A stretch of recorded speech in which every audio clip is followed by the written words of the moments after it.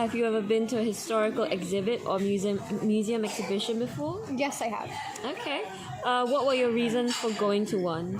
Special interests, specifically stuff like the ancient Greek exhibition, ancient Egypt,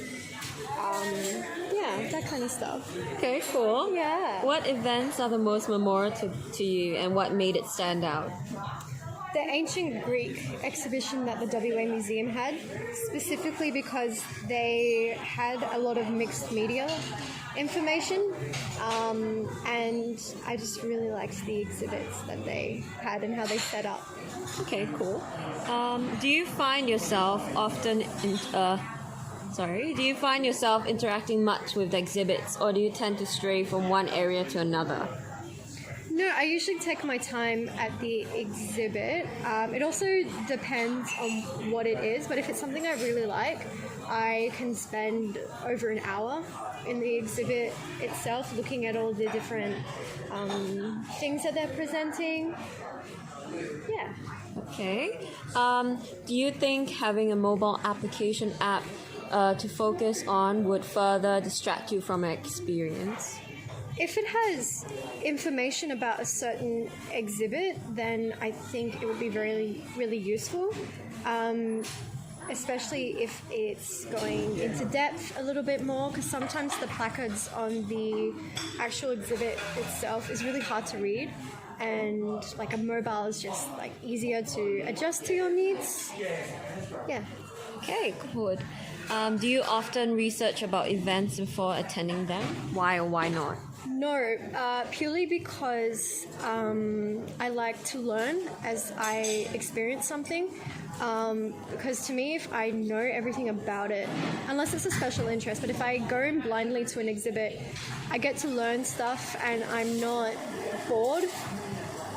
Whereas if I learn it pre-hand and it's not a special interest, then I can get bored really easily. So, yeah. Okay. Have you ever used a companion app before? For example, festival companion apps, video game supporting companion apps like Animal Crossing, Pocket Camp. Yeah, I actually used the Animal Crossing one.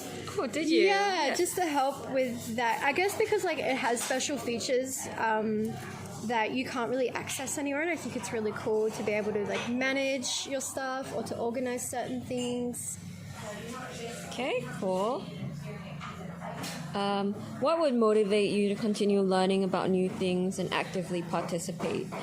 Example, achievements, real-world rewards, etc. For me, it's the amount that the...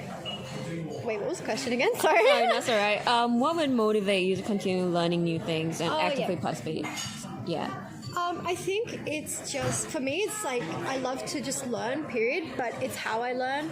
So if I'm learning in an interactive way, so like watching a video, looking at an image, or seeing something like physically in front of me, then I'm more motivated to learn about it because I'm not just sitting there and listening to it. And I think that if the information is exciting in any way, even if it's like the most boring piece of information that you could have, but if it's presented in an exciting way, then that motivates me as well. If something seems fun, then that's purely my own motivation. Okay, cool. Yeah. And next question. Between images, videos, and text, how would you like your information to be presented to you, and why? Videos would be the best. I think it's because you can visually see something and somebody is relaying the information to you. So you're getting that audio-visual double effect rather than just listening to something. Purely because my mind will wander off if I see something more interesting than what I'm hearing. But having the visual and the audio at the same time keeps me engaged. All right. So, yeah. All right. Well, good one. Next question. What would you use discussion boards or a commenting feature to converse with other visitors, or do you prefer to simply observe? I'm someone who prefers to observe. I'm not big on forums or comment pages or anything like that, just purely because I don't find them engaging personally. Further, just take the experience on your own. Yeah. Or if I'm sharing that experience with someone, I'd rather do it in person. Yeah. Okay. Yeah. Cool. All right. What are your most utilized apps, and why do you continue to use them? My most utilized apps would probably be like Instagram or YouTube. Purely, I guess it's that visual effect. So like, so Instagram, you have the photos that you can look at. YouTube is videos. So it's easier to consume when you're viewing rather than like reading or listening. Yeah. Yep. Okay, cool. And the last question, do you think there is a generational gap between older and younger users online? Yeah, I think there is. I think younger people tend to go for more, I don't know, they have like a different, how do you say? I found they have a different reason for using certain apps. Like a lot of young people will use like Instagram. Is that social networking sort of thing? To like document stuff or like to post photos of themselves. Where I find like older people just tend to use stuff like Facebook to just, I don't know, connect with a family maybe. Yeah. It's more like personal.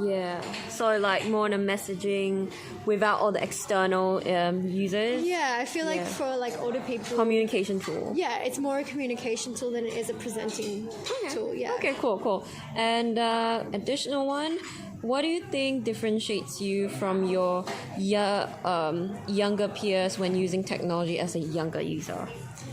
Oh wow. Differentiates me. Oh no, sorry, from your older. From the older. Yeah. Oh, okay.